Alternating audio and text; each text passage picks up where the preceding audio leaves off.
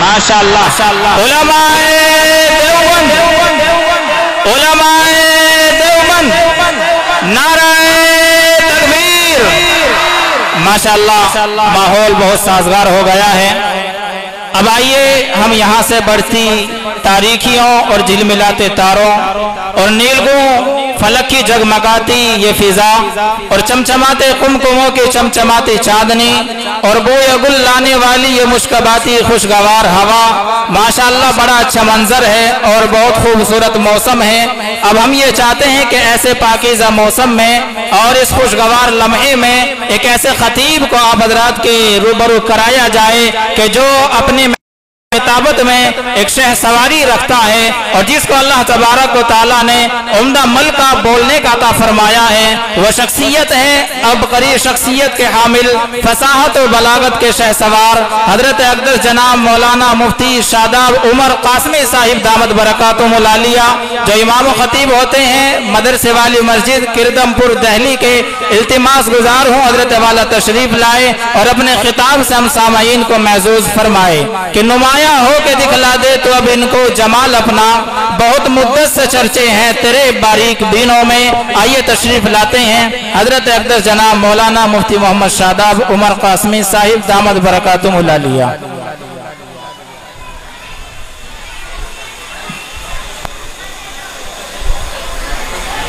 السلام علیکم ورحمۃ اللہ وبرکاتہ۔ الحمد لله نحمده ونستعينه ونستغفره ونؤمن به ونتوكل عليه ونعوذ بالله من شرور أنفسنا ومن سيئات أعمالنا من يهده الله فلا مضل له ومن يضلله فلا هادي له ونشهد أن لا إله إلا الله وحده لا شريك له ونشهد أن سيدنا وسندنا وحبيبنا وشفيعنا ومولانا محمدا عبده ورسوله صلى الله تعالى عليه وسلم۔ أعوذ بالله من الشيطان الرجيم، بسم الله الرحمن الرحيم۔ ووصى بها إبراهيم بنيه ويعقوب يا بني إن الله اصطفى لكم الدين فلا تموتن إلا وأنتم مسلمون، صدق الله العظيم۔ وقال رسول الله صلى الله تعالى عليه وسلم طلب العلم فريضة على كل مسلم۔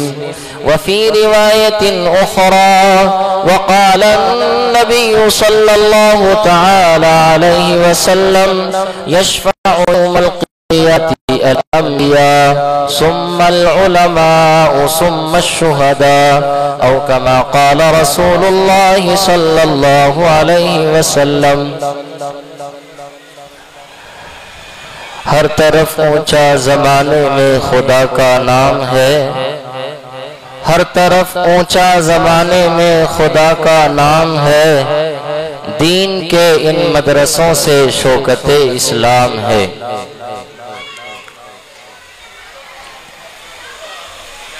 انتہائی عظمتوں کے حامل معزز و مقتدر حضرات علماء کرام،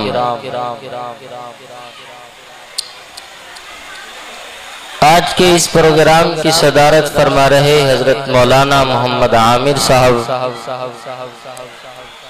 مہمان خصوصی حضرت مولانا محمد صادق صاحب، اور اس اجلاس اور پروگرام کے روح رواں ہمارے عزیز دوست رفیق مکرم حضرت مولانا مفتی ابصار اللہ صاحب اور ان کے بہت سے ساتھی حضرت مولانا مفتی زبیر صاحب، مولانا مفتی عبداللہ صاحب، اور اسی طرح پروگرام کی نظامت فرما رہے حضرت مولانا مفتی سنوبر صاحب قاسمی دامت برکاتہم۔ یہ سب ہمارے بڑے ہیں، بڑوں کی موجودگی میں کوئی بات کہنا یہ انسان کے لیے بڑے امتحان کا موقع ہوتا ہے۔ اولاً تو میں گزارش کر رہا ہوں جو حضرات باہر گھوم رہے ہیں وہ برائے کرم اندر تشریف لے آئیں۔ مجھے آپ سے زیادہ دیر گفتگو نہیں کرنی، چند منٹ گفتگو کرنی ہے، اس امید پر کہ میری بات کو توجہ کے ساتھ سنا جائے گا اور اس پر پھر انشاءاللہ عمل کیا جائے گا۔ آج کے اس پروگرام کے اندر ہمارے مرد اور خواتین حضرات شریک ہیں۔ یہ بات ہم سب جانتے ہیں کہ اللہ تبارک و تعالی نے انسان اور جنات کو اپنی عبادت کے لیے پیدا کیا ہے۔ قرآن کریم اس کی وضاحت کرتا ہے وَمَا خَلَقْتُ الْجِنَّ وَالْإِنسَ إِلَّا لِيَعْبُدُونَ کہ جنات اور انسان کو میں نے اپنی عبادت کے لیے بنایا ہے۔ عبادت کے لیے پیدا کیوں کیا؟ انسان کی عبادت کا اور پیدائش کا مقصد کیا ہے؟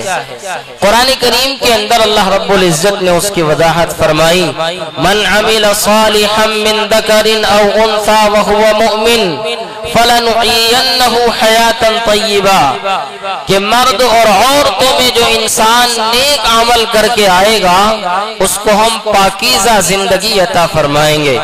میرے عزیزو میں آپ سے یہ بات کہنا چاہتا ہوں آج ہمارے پاس بے شمار نعمتیں ہیں۔ اللہ نے آنکھ کی نعمت دی ہے، زبان کی نعمت عطا فرمائی ہے، پیروں کی نعمت عطا فرمائی ہے، کان کی نعمت عطا فرمائی ہے، نہ جانے کن کن نعمتوں سے اللہ تعالیٰ نے ہم کو نوازا ہے۔ یہ تمام نعمتیں ایک طرف ہیں، ان کا انکار نہیں کیا جا سکتا۔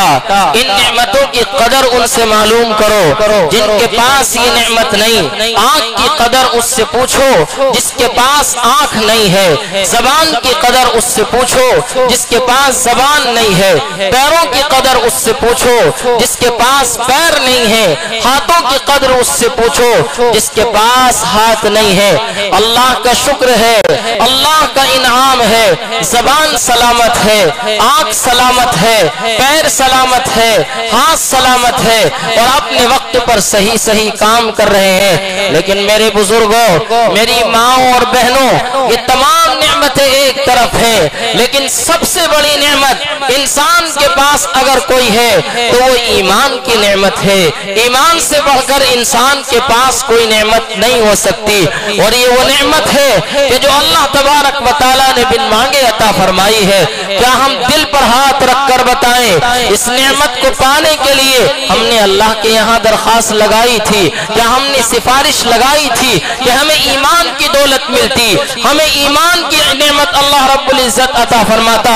نہیں، جب اللہ نے یہ ایمان کی نعمت ہمیں بن مانگے عطا فرمائی ہے تو جو چیز جتنی اہم ہوتی ہے اس کی قدر اتنی ہی زیادہ کی جاتی ہے۔ اگر کسی انسان کے پاس سونا ہو، کسی انسان کے پاس روپیہ پیسہ ہو، اس کی قدر اس سے پوچھو، وہ مکان کے اندر اس کو رکھتا ہے، مکان میں الماری میں رکھتا ہے، الماری کے اندر پھر ایک اور سوراخ ہوتا ہے، اس کے اندر اس کو رکھتا ہے، اس لیے کہ اس کے سامنے ان کی نعمتیں زیادہ ہیں، اس لیے کہ اس کے سامنے اس کی اہمیت زیادہ ہے، اس لیے وہ ان کی قدر کر رہا ہے۔ لیکن آج ایمان کی نعمت ہمارے پاس جو ہے وہ سونے سے بھی قیمتی ہے، چاندی سے بھی قیمتی ہے۔ اس ایمان کی نعمت کا ہمیں اندازہ نہیں۔ ہاں میں نے خطبے کے اندر قرآن کریم کی تلاوت کی ہے۔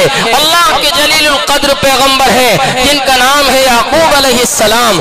حضرت یعقوب علیہ السلام اللہ کے وہ پیغمبر کہ جن کو اللہ تعالیٰ نے آزمایا، آزمائش میں مبتلا کیا ہے۔ آپ کا آخری وقت ہے، آپ دنیا سے جا رہے ہیں اور دنیا سے جاتے وقت انسان نہ جانے کیا کیا سوچتا ہے۔ میں اور آپ بیماری میں مبتلا ہو جائیں، میں اور آپ پریشانی میں مبتلا ہو جائیں، میں اور آپ حادثات کا شکار ہو جائیں۔ انسان کوشش کرتا ہے کہ فلاں جگہ کی زمین فلاں بیٹوں کے نام کر دی جائے، فلاں جگہ کا مکان فلاں بیٹی کے نام کر دیا جائے، فلاں دولت فلاں بچے کو دے دی جائے، فلاں چیز فلاں بیٹی کو عطا کر دی جائے، لیکن ہمیں سبق حاصل کرنا چاہیے۔ اور میری ماں اور بہنوں، میں آپ سے مخاطب ہوں، ہمیں اندازہ لگانا چاہیے، وقت کا نبی ہے، وقت کا پیغمبر ہے، وقت کا پیغمبر ہے، وقت کا نبی ہے، اسے فکر نہیں مال کس طرح تقسیم کیا جائے گا، اسے یہ فکر نہیں ہے اولاد کے سامنے روپیہ پیسہ کس طرح تقسیم کیا جائے گا۔ اگر فکر ہے تو صرف اور صرف اس بات کی ہے کہ میرے مرنے کے بعد ان کے ایمان کا کیا بنے گا۔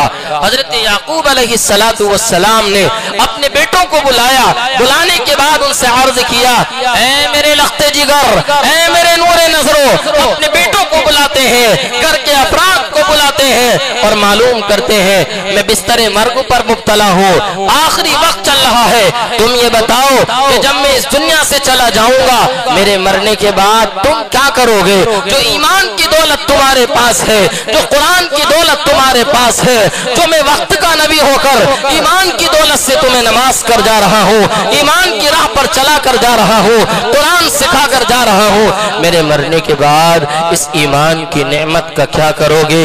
بیٹے بھی وقت کے پیغمبر کے بیٹے تھے، میری اور آپ کی طرح ناہنجار نہیں تھے، میں اور آپ ہوتے تو یہ کہتے میاں بڑے میاں ابا جان کیا بات کر رہے ہو، ہم آپ کی دکان کو سنبھالیں گے، ہم آپ کے کاروبار کو سنبھالیں گے، ہم آپ کی زمین اور جائیداد کی فکر کریں گے۔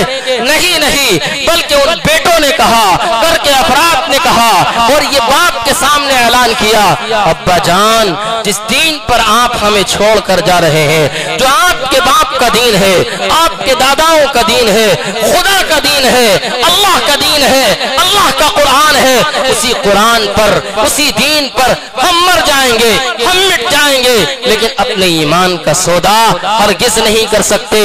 آج کے زمانے میں ذرا اندازہ لگائیں، قرآن کی اس آیت کو سمجھیں اور قرآن کے اس پیغام کو دیکھیں کہ اللہ کا وہ پیغمبر جس کی بات کو قرآن میں نقل کیا گیا ہے، ہم اپنے ایمان پر پرکھیں۔ میری ماں اور بہنوں، میرے نوجوانوں، میرے بزرگوں، اپنے بچوں کے اور بچوں کے ایمان کو دیکھیں۔ یہ ارتداد کا دور چل رہا ہے، فتنوں کا دور چل رہا ہے۔ میرے آقا صلی اللہ علیہ وسلم نے بیان فرمایا، تقع الفتن فی بیوتکم کوقع المطر، قیامت کے قریب تمہارے درمیان فتنے ایسے آئیں گے جیسے آسمان سے بارش کے قطرات ٹپکتے ہیں، اور وہ ٹپکنے کے بعد ایک جگہ جمع ہو جاتے ہیں، ایک ٹپکتا ہے دوسرا ٹپکتا ہے، برابر ٹپکتے رہتے ہیں۔ قیامت کے قریب فتنے آئیں گے اور وہ ایمان کو لوٹنے کے فتنے ہوں گے، وہ ہمیں مدارس سے ہٹانے کے فتنے ہوں گے، قرآن سے ہٹانے کے فتنے ہوں گے، ہمارے بچوں اور بچیوں کے ایمان کو سلب کرنے کے فتنے ہوں گے۔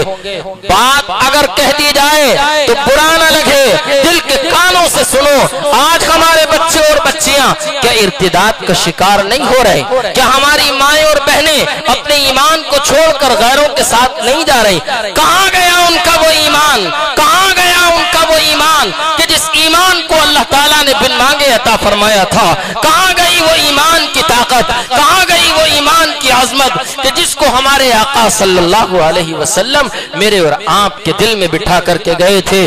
میری ماں اور بہنوں، یاد رکھو، آپ تو وہ ہیں کہ اگر آپ کے سر سے دوپٹہ ہٹتا ہے اللہ کی غیرت کو جوش آتا ہے۔ آپ تو وہ ہیں کہ آپ فاطمہ جیسا کردار رکھتی ہیں، آپ تو وہ ہیں کہ آپ حضرت خنسا جیسا کردار رکھتی ہیں، آپ تو وہ ہیں کہ حضرت عائشہ جیسا کردار رکھتی ہیں، آپ تو وہ ہیں کہ حضرت سمیہ جیسا کردار رکھتی ہیں، آپ تو وہ ہیں جو حضرت کلثوم جیسا کردار رکھتی ہیں۔ لیکن آج ہم نے اپنی حیا کا جنازہ نکال دیا، آج ہم نے اپنے ماں باپ کی عزت کو نیلام کر دیا، آج ہم نے اپنے بھائی کی عزت کو نیلام کر دیا، آج ہم نے اپنے بیٹے کی عزت کو نیلام کر دیا۔ ہمیں کوئی فکر نہ رہی ہمارے چلے جانے کے بعد ہمارا یہ باپ معاشرے میں کس طرح زندگی گزارے گا، ہمارا یہ بھائی راستوں پر بیٹھ کر جو دوستوں سے ملاقات کرتا تھا وہ کس طرح ملاقات کرے گا، وہ اللہ کی عبادت کرنے کے لیے مسجد جایا کرتا تھا وہ لوگوں کو کیا منہ دکھائے گا؟ ہم نے ذرا سی محبت کے لالچ میں ہم نے اپنے ایمان کا سودا کر لیا۔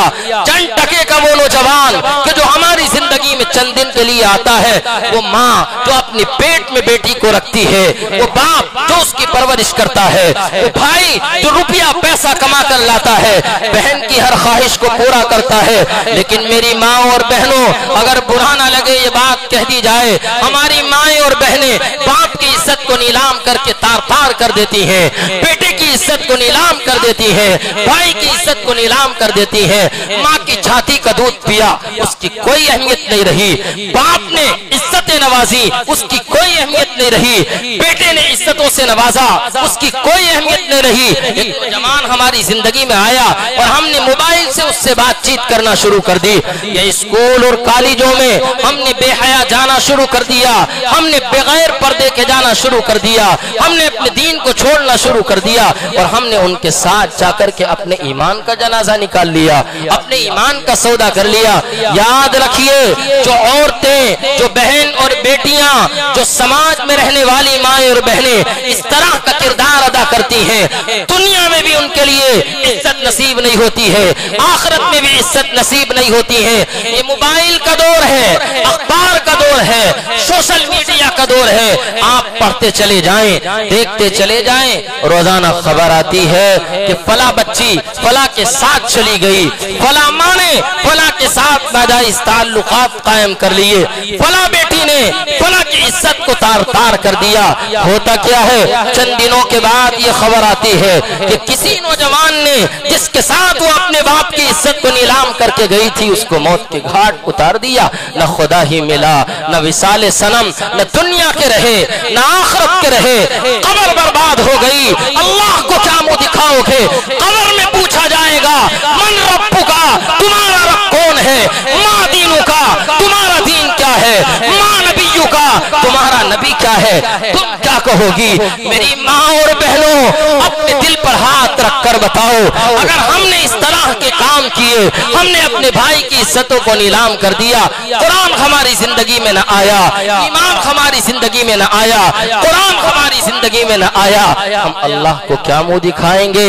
اللہ اعلان فرما دے گا، یہ اپنے باپ کی باغی ہے، یہ اپنے بھائی کی باغی ہے، یہ اپنے بیٹے کی باغی ہے، یہ اسلام کی باغی ہے، قرآن سے بغاوت کر کے آئی ہے، یہ عزتوں کو نیلام کر کے آئی ہے، یہ اسلام کو بدنام کر کے آئی ہے۔ وہ فرشتے کہ جو انسان کے پاس سوالات کرنے کے لیے آتے ہیں، کہا جائے گا کہ جاؤ اس کو پکڑو اور گھسیٹ کر جہنم میں ڈال دو۔ وہ جہنم جس کے بارے میں قرآن کریم کے اندر اللہ رب العزت نے اعلان فرمایا، یا ایھا الذین آمنوا قوا انفسکم واہلیکم نارا، اے ایمان والو تم اپنے آپ کو بھی جہنم سے بچاؤ، اپنے اہل و عیال کو بھی جہنم سے بچاؤ۔ قرآن کریم کی اس آیت میں دو لوگوں سے خطاب کیا گیا ہے، پہلا باپ سے کیا گیا ہے، بھائی سے کیا گیا ہے، بیٹے سے کیا گیا ہے کہ پہلے اپنی زندگی میں دین لے کر کے آؤ، پہلے اپنی زندگی کو دیندار بناؤ، پہلے اپنی زندگی میں قرآن کی تعلیم کو داخل کرو، پہلے اپنی زندگی کے اندر اسلام کو داخل کرو، تب اپنے بچوں کو اور اپنے اہل و عیال کے دین کو مضبوط کرو۔ دین مضبوط کہاں ہوگا؟ ہمارے بچوں کا دین سلامت کہاں ہوگا؟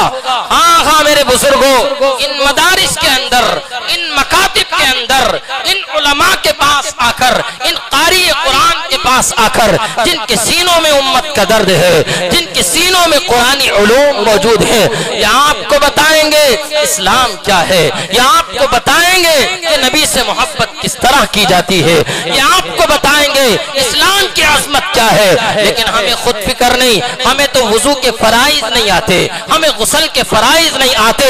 آج اگر کسی باپ سے معلوم کر لیا جائے کہ بتاؤ ہمارے نبی کا نام کیا ہے، بہت سے افراد وہ ہوں گے جنہیں نبی کے نام کا نہیں پتا، بہت سے افراد وہ ہوں گے جنہیں خبر نہیں کہ میرے آقا صلی اللہ علیہ وسلم مکہ میں کتنے دن رہے، جنہیں خبر نہیں میرے آقا مدینے میں کتنے دن رہے، جنہیں خبر نہیں کہ میرے آقا صلی اللہ علیہ وسلم نے زندگی کس طرح گزاری ہے، جنہیں خبر نہیں میرے آقا کی بیٹیاں کتنی ہیں، جنہیں خبر نہیں میرے آقا کے بیٹے کتنے ہیں، جنہیں خبر نہیں نہیں کہ اس تعلیم اور اس عظمت کے بارے میں میرے آقا صلی اللہ علیہ وسلم نے کیا بیان فرمایا ہے.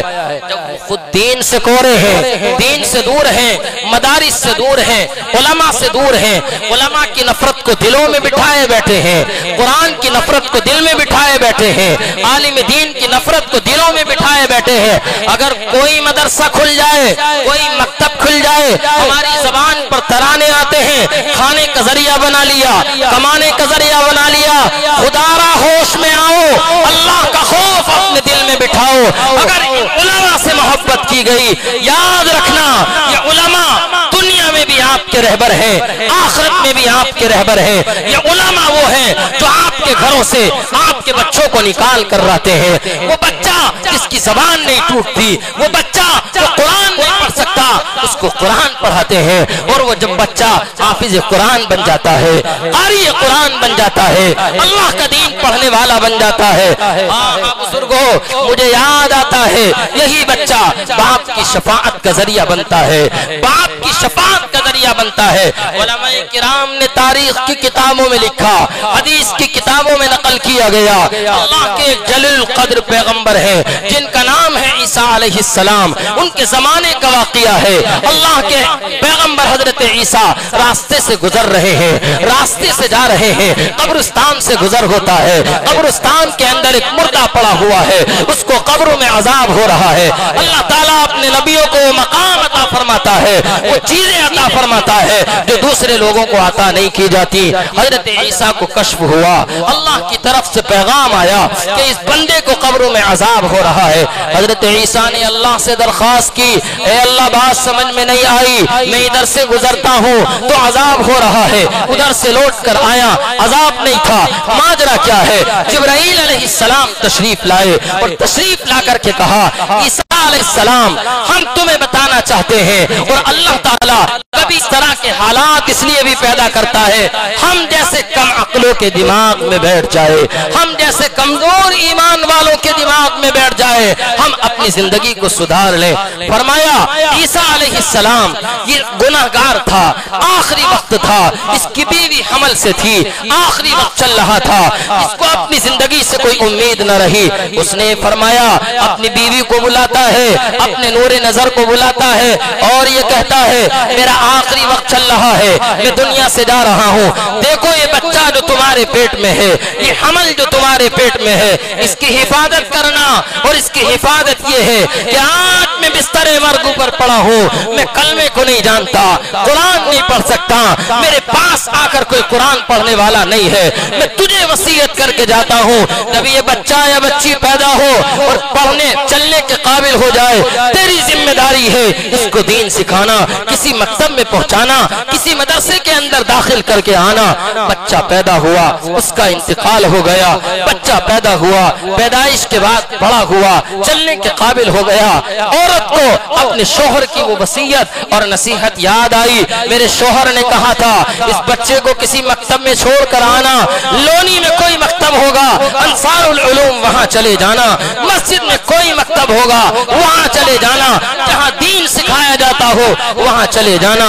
اس عورت کو وصیت یاد آئی.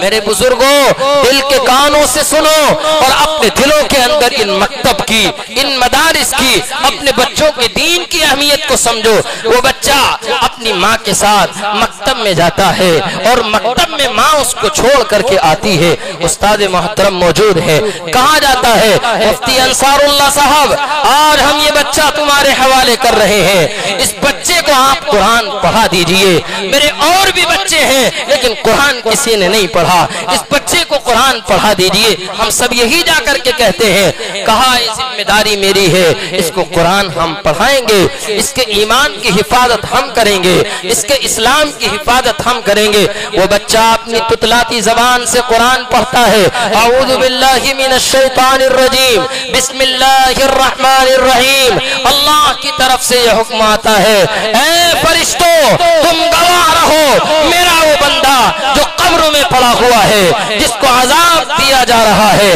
آج اس سے عذاب کو ہٹا دیا جائے۔ عیسیٰ ایک ننھا سا بچہ، مکتب میں پڑھنے والا، ایک معصوم سی بچی جس کی عمر چھوٹی سی ہے، وہ مکتب میں بیٹھ کر میری رحمان صفت کا تذکرہ کر رہی ہے، میرے رحیم صفت کا تذکرہ کر رہا ہے، جس کا مطلب یہ ہوتا ہے کہ اللہ کی ذات سب سے زیادہ رحم کرنے والی ہے۔ عیسیٰ ہماری غیرت کو جلا لایا کہ ایک معصوم سا بچہ زمین پر موجود ہوتے ہوئے میرا نام لے، میرے رحمان ہونے کو پکارے، میرے رحیم ہونے کو پکارے، میں اس کے باپ کو قبروں میں عذاب دوں، یہ مجھے گوارا نہیں۔ میرے بزرگوں، اندازہ لگاؤ ان مکتب کی اہمیتوں کا، ان بچوں کے دین کا، ان بچوں کے اسلام کا، کہ جب یہ بچے ایمان پر قائم ہوتے ہیں، اسلام پر قائم ہوتے ہیں، دین پر قائم ہوتے ہیں، ہم دنیا میں موجود نہ رہیں، دنیا سے چلے جائیں۔ آج جس زمین پر اکڑ کر چل رہے ہیں، جن مدارس کے خلاف بغاوت کر رہے ہیں، جن علماء کو حقیر سمجھ رہے ہیں، اور وہ علماء ہمارے بچوں اور بچیوں کے ایمان کی حفاظت کر رہے ہیں، ہم قبر میں چلے جائیں گے، آپ کا دوست نہیں آئے گا جس سے آپ محبت کرتے تھے، لیکن گھر میں بیٹھ کر آپ کی بچی جس نے قرآن پڑھ لیا، آپ کا وہ بچہ جس نے دین کو حاصل کر لیا، جب قرآن پڑھے گا، اللہ کی قسم، خدا کی قسم، اگر قبر میں عذاب بھی ہو رہا ہوگا تو قرآن پڑھنے کی وجہ سے اللہ تبارک و تعالی عذاب کو ہٹا دیں گے، اور اگر عذاب نہیں بھی ہوا درجات جنت میں بلند کر دیے جائیں گے۔ اس لیے میرے بزرگوں، قرآن میں اللہ فرماتا ہے کہ اپنی بھی فکر کرو، اپنے بچوں کی بھی فکر کرو۔ اس بات سے فکر کرو، اس بات سے کہ تمہیں جہنم کا ایندھن نہ بنا دیا جائے۔ اس لیے ہمارے اوپر ضروری ہے کہ ہم اپنے بچوں کی تربیت کریں۔ تربیت دو طرح سے ہوتی ہے، ایک تربیت ظاہری ہے اور ایک تربیت باطنی ہے۔ تربیت ظاہری تو یہ ہے کہ ہم ان کو کلمہ سکھا دیں، ہم ان کو نماز سکھا دیں، ہم ان کو روزہ سکھا دیں، ہم ان کو زکوٰۃ سکھا دیں، اسلام کے موٹے موٹے مسائل بتا دیں، ہم ان کو پاکی اور ناپاکی کے مسائل بتا دیں، ہم ان کو حیض کے مسائل بتا دیں، ہم ان کو کفن اور دفن کے مسائل بتا دیں۔ اور باطنی تربیت یہ ہے کہ ہم ان کے عقیدوں کو مضبوط کر دیں۔ یہ ہندوستان میں نہیں، دنیا کے کسی بھی کونے میں چلا جائے، کفرستان میں داخل ہو جائے، چاہے لاکھوں کے مجمع میں پہنچ جائے، غیر ایمان والوں کے درمیان پہنچ جائے، لیکن اس کی زبان پر نام آئے تو اللہ کا آئے۔ ابھی آپ کو بتاتا ہوں، چند سال پہلے مدھیہ پردیش کی زمین ہے، ایک بچی اسکول اور کالج کے اندر پڑھنے کے لیے جاتی ہے، چند نوجوان اوباش قسم کے گنڈے اور لڑکے اس بچی کو گرفتار کرتے ہیں، لیکن اس کا ایمان سلامت تھا، اس کی ظاہری تربیت تھی، اس کی باطنی تربیت تھی۔ ان کافروں کے درمیان کھڑے ہو کر کے صدا لگاتی ہے، نعرہ تکبیر، اللہ اکبر، نعرہ تکبیر، اللہ اکبر۔ اس نعرہ تکبیر کے اندر وہ صدا اور گونج تھی، پوری دنیا نے دیکھا، پورے ہندوستان نے دیکھا، پورے عالم نے دیکھا کہ ان لوگوں کے دلوں پر ہیبت طاری ہو گئی، اور وہ بچی اللہ کا نام لے کر، اللہ کا قرآن پڑھتے ہوئے ان غیروں کے درمیان سے نکل کر کے چلی گئی۔ آج ہمیں کیا ہو گیا؟ ہم اپنے ایمان کی فکر نہیں کر رہے۔